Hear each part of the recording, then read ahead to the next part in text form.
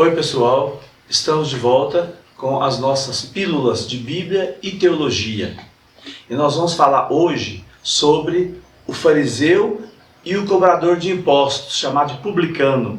E qual que é a opinião de Jesus sobre essas duas pessoas.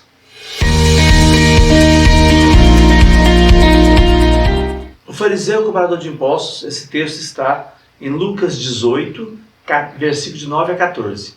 Lucas capítulo 18, versículo de 9 a 14. Lucas contrapõe o fariseu e o cobrador de impostos. Ele era chamado também de publicano, porque ele cobrava um imposto chamado público. O nome do imposto era público. Então, o cobrador de impostos era chamado de publicano, aquele que cobrava o público. Muita gente, às vezes, se identifica com o publicano e despreza o fariseu. Acha que o publicano é que está certo e o fariseu que está errado. Quem era o fariseu e quem era o cobrador de impostos? O publicano. O fariseu era um judeu piedoso, um homem bastante religioso e que cumpria a lei de Moisés nos seus mínimos detalhes. Olha que eram 613 preceitos da lei de Moisés. 613 preceitos. Imagina cumprir esses preceitos todos, né? Era impossível cumprir, né? Mas o fariseu fazia o possível para cumprir o máximo que ele podia. Então, era um cara religioso. Jejuava 2 vezes por semana, toda terça e toda quinta, para esperar a vinda do Messias. Esse era o sentido do jejum. E ele jejuava por ele e pelos outros. Quer dizer que ele não era uma pessoa tão ruim como a gente imagina, né? Pagava o dízimo de tudo que ele tinha, que ele ganhava, que ele comprava. Era vaidoso, porque tinha uma vida correta. Mas o problema é que ele desprezava os pecadores. Esse que era o problema. Ele achava que ele era o máximo, né? Que fariseu significa separado. Ele achava que era uma pessoa separada dos outros, mais justo, que nem precisava da graça de Deus, nem precisava. Deus era obrigado a dar a graça para ele, porque ele era justo. Essa que era a vaidade dele, né? A presunção de achar que ele era justo pelas obras que ele praticava, né? Era uma pessoa irrepreensível.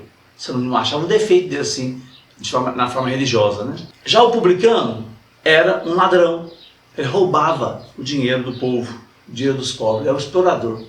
Às vezes ele cobrava o imposto do imperador, que era o público. Por exemplo, R$100 era o imposto que ele devia ao imperador. Ele cobrava 500, 400 ficava para ele. Ele roubava tanto que os rabinos, os mestres da lei falavam que o publicano, o cobrador de impostos, não teria salvação, porque ele não ia dar conta de devolver tudo que ele roubou, mais 20%, não dava conta. Então ele era muito mal visto, né? Segundo a lei de Moisés, o publicano então não seria salvo. Era impossível a salvação para ele. Já o fariseu achava que ele era obrigado a receber a salvação de Deus. Ele não tinha gratuidade na pessoa de Deus. Deus não era gratuito para ele.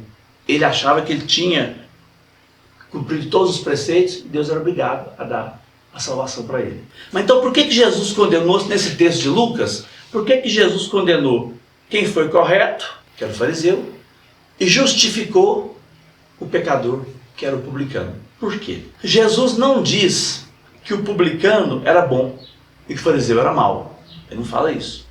Ele apenas diz que o publicano foi justificado. Quer dizer, tornou-se justo pelo poder de Deus. Enquanto que o fariseu ficou se vangloriando das suas boas obras. Porque na verdade, não são as nossas boas obras que nos justificam, que nos tornam justos. É Deus que torna a gente justo. É Deus que justifica a gente. Não são as nossas boas obras, né? Porque as nossas boas obras não nos salvam. É Deus que nos salva. As boas obras que nós fazemos é como se fosse uma resposta a Deus pela salvação que Ele nos dá na pessoa de Jesus. Por isso, várias boas obras. Mas as boas obras não são para salvação. Há diferentes boas obras e obras da lei. Boas obras são as obras de caridade. Obras da lei são os preceitos da lei mosaica. Então, as obras da lei não salvam a gente, né? Nem as obras de caridade. É Deus que salva a gente. Esse que é o erro de muitas doutrinas por aí. Achar que religião é caridade. E você fazer a caridade, basta. Não basta. A caridade é em relação às pessoas. Em relação a Deus, é o louvor, a adoração. Em relação à natureza, é o cuidado. Então não basta só fazer caridade. É preciso mais do que isso. Então não são as nossas boas obras que nos justificam, mas é Deus mesmo que nos justifica, que nos torna justos. O erro do fariseu foi achar que Deus era obrigado a justificá-lo, a torná-lo justo, por causa das suas boas obras. Na verdade, o fariseu não fez mais do que a sua obrigação de fazer o bem. Não fez mais do que a sua obrigação. Não é isso que salva a gente, é Deus que salva, né? E a salvação é gratuita. Deus não exige nada de nós. Nada. Lembra do filho pródigo? Ele não exigiu nada do filho que voltou. Nada. Não exigiu que ele pedisse desculpa, perdão, nada. Só fez festa quando ele chegou. Esse é o Deus misericordioso, Deus de Jesus. Então o fariseu é um cara separado dos outros, né? Ele exige a salvação de Deus, ele não pede. Ele não reconhece a gratuidade de Deus, então ele exige, ele não pede. Mas Deus é gratuito, né? As boas obras não são condição da salvação, são consequência da salvação. Porque nós somos salvos, é que nós praticamos boas obras para agradecer a Deus. Especialmente pela salvação que nos trouxe através de Jesus, da cruz de Jesus. Então o defeito do fariseu é que ele vem com as mãos cheias de boas obras. Não que ele seja uma pessoa má. O fariseu não é uma pessoa má, não era uma pessoa má. Ele era só presunçoso de exigir de Deus a salvação, sendo a salvação de graça. Então o fariseu, que é separado, tem uma ideia falsa de Deus. É como se Deus fosse um contador de boas obras.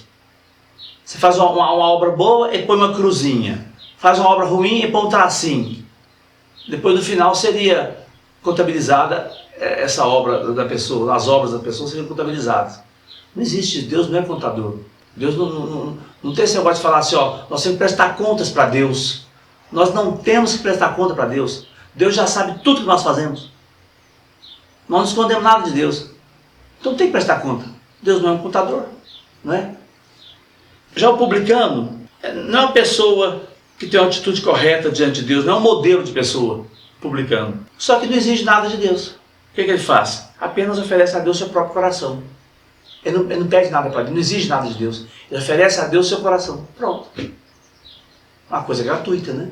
E Deus recebe o coração do publicano. E justifica o publicano por causa do seu coração, não por causa das suas boas obras. A gente não fala daquilo que o coração está cheio? Pois é, o coração aqui é a interioridade, né? Não é o coração o órgão que bate, bombeia sangue, não. Coração, em hebraico, significa a interioridade da pessoa.